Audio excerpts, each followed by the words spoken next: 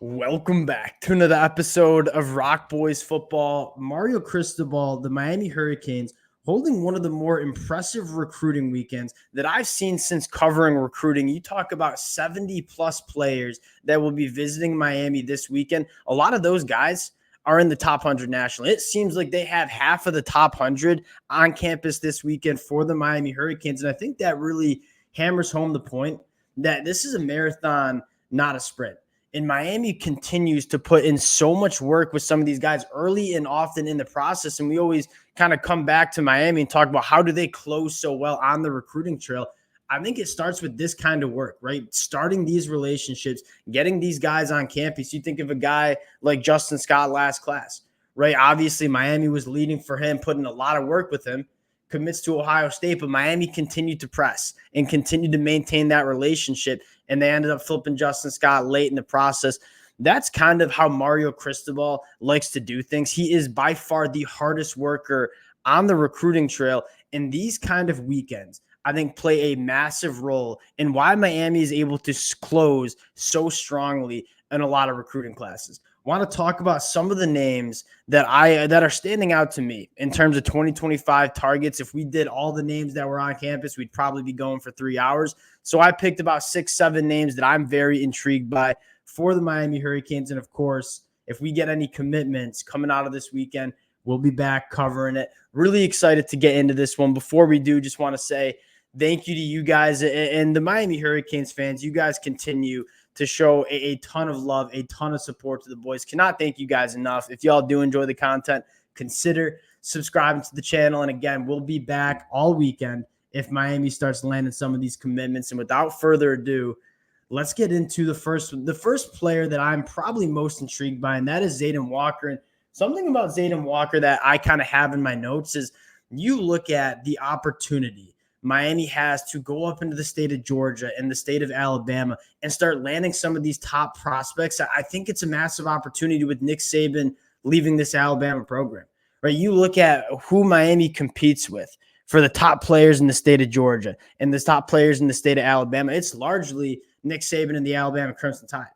And with Nick Saban not with the Alabama program anymore, I think Mario Cristobal and this staff kind of realized a window of opportunity to start stockpiling some more talent from those states, right? I think Hugh Freeze in Auburn see that. I think Mike Norvell in Florida State see that. I think a lot of programs recognize the opportunity that is there, and you're going to see a ton of visitors for Miami this weekend are from the states of Georgia and Alabama. I think Mario Cristobal and the staff really trying to make a push in those states.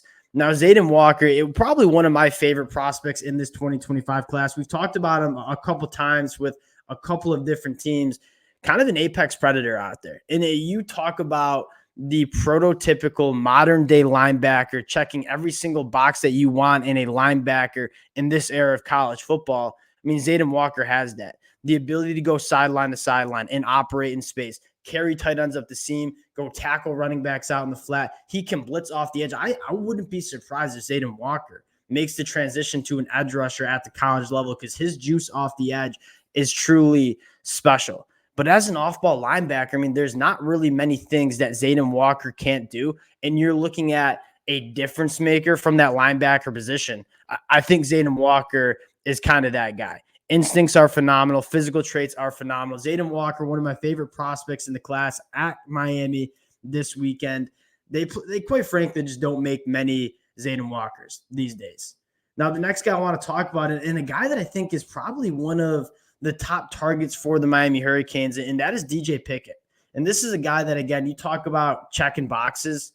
I mean, there's a reason DJ Picket is a top 10 national prospect. As a Michigan fan, would love to have DJ Picket in Ann Arbor. But at this point, from what you read, it sounds like Miami is probably in the driver's seat for a guy like DJ Picket. And you talk about checking boxes.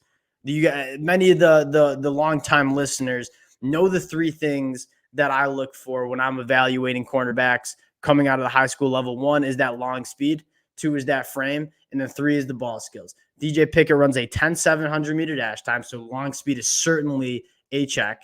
He's long at 6'2", 170. Obviously want to maybe put some weight on the frame, but 6'2" frame, long arms, and then he's a two-way player. And this is a guy that gets it done as a wide receiver as well. I believe plays baseball as well. So you're talking about a guy with very good coordination, ball skills as a wide receiver, checking boxes, long speed, length, ball skills. There's a reason DJ Pickett is one of the best cornerbacks in this 2025 cycle. And again, I think Miami is probably in the driver's seat in this one.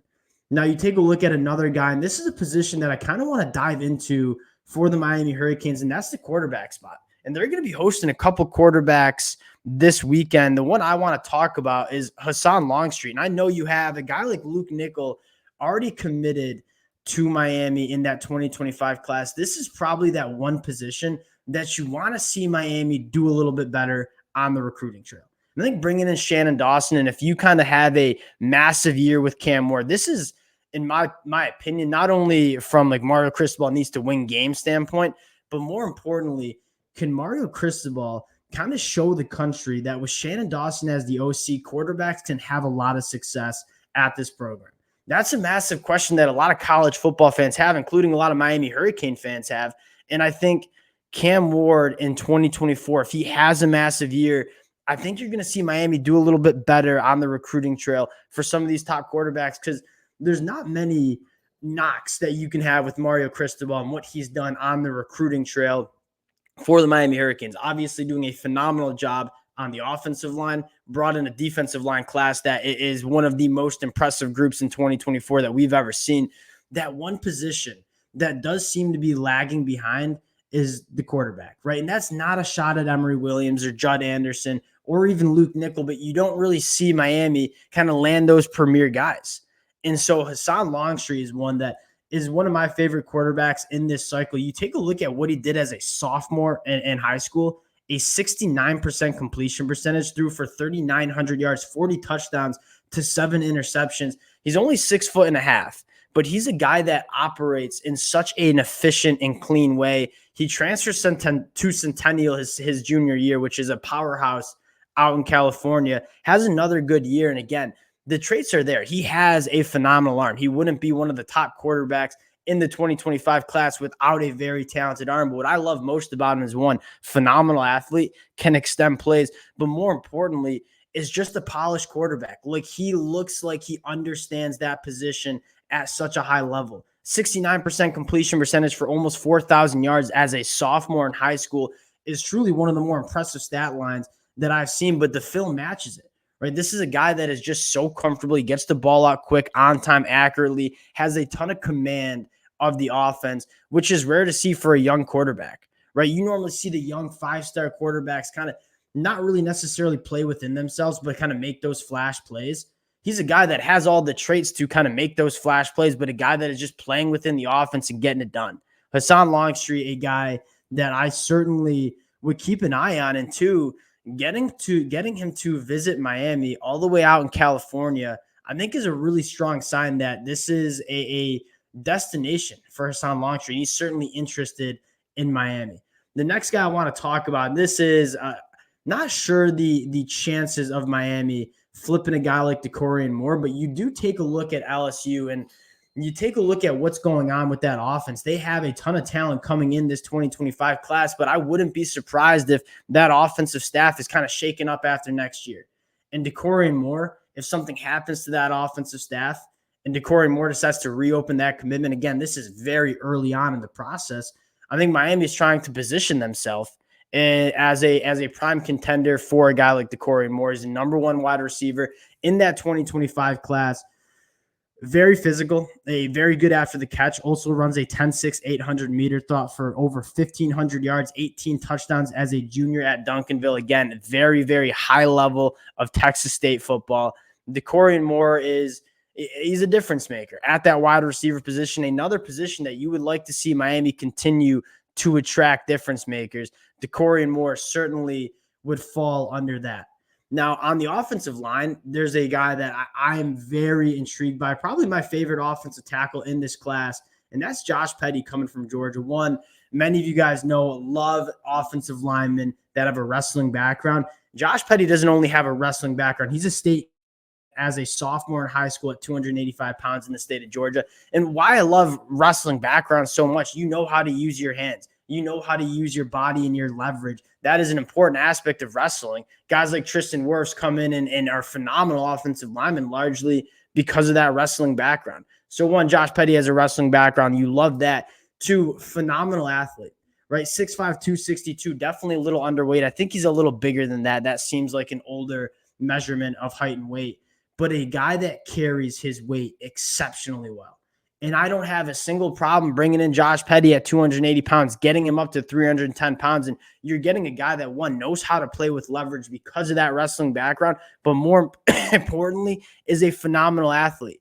And you can put on good weight, right? I think it's a lot easier to take a tackle that is a very good athlete coming out of high school, put on weight the right way, as opposed to taking a tackle that doesn't have the weight on the right way, lacks athleticism, and try to take it off him. And so Josh Petty, a guy that's probably one of my favorite tackles in this class on campus for Miami, and Mario Cristobal, make no mistake about it, has prioritized the line of scrimmage. Josh Petty will be a priority visitor for Miami this week. And the last guy I want to talk about, and this one hurts me to talk about because you guys know I'm a Michigan fan, but Chris Ewald, and a guy that I kind of knew. He committed to Michigan very, very early on, and I knew Miami wouldn't give up. Obviously, from Shamadad, I think Miami's probably in the driver's seat for this one, and he's getting a lot of looks. And I love Chris Ewald. I think one of the things that you can't really teach is kind of that gamer mentality. He's not necessarily the box checker a guy like DJ Pickett is, but he, between the ears, that's the type of cornerback you want wired. Right? This is a guy that is an ultra competitor, and that's not to sell him short. He is a phenomenal athlete. He's a very fluid mover. He wouldn't be one of the top cornerback prospects if he wasn't. But I love how he's wired. He's an extreme competitor, and I think he decommitted from Michigan, I think largely because Miami was kind of still pressing. And I think Miami's probably in a very good spot for a guy like Chris Ewald as well. So DJ Pickett, Chris Ewald, two guys that you're probably excited for the Miami Hurricanes. And again, the amount of visitors that are on campus, a ton of loaded tight ends, a few other quarterbacks that we didn't have time to talk about. This is truly a special weekend for the Miami Hurricanes. Very excited to see if we get any commitments. But even if you don't land commitments out of this weekend will play a massive role in closing this 2025 class out. You are starting to put your hat in the ring of a ton of top targets. And that's something that we talked about for Miami going back to last summer, where they continued to have so much five-star talent on campus. You kind of know at some point when it's a numbers game. And Miami seems to be in it for a majority of these top 100 national prospects. Now, is every single one of these visitors going to commit to Miami? Absolutely not. Most of them don't even have offers. But you know Miami is putting in work with these guys in this 2025 cycle. A massive recruiting weekend for the Hurricanes. Again, we'll keep you guys updated if any commitments do come out of the weekend. Wanted to share some of my favorite prospects that will be on campus for the Hurricanes this weekend. Appreciate you guys rocking with the boys again. A program I have a blast talking about. You guys continue to show a ton of love, a ton of support. If y'all do enjoy the content, consider subscribing to the channel, and we'll talk to y'all later.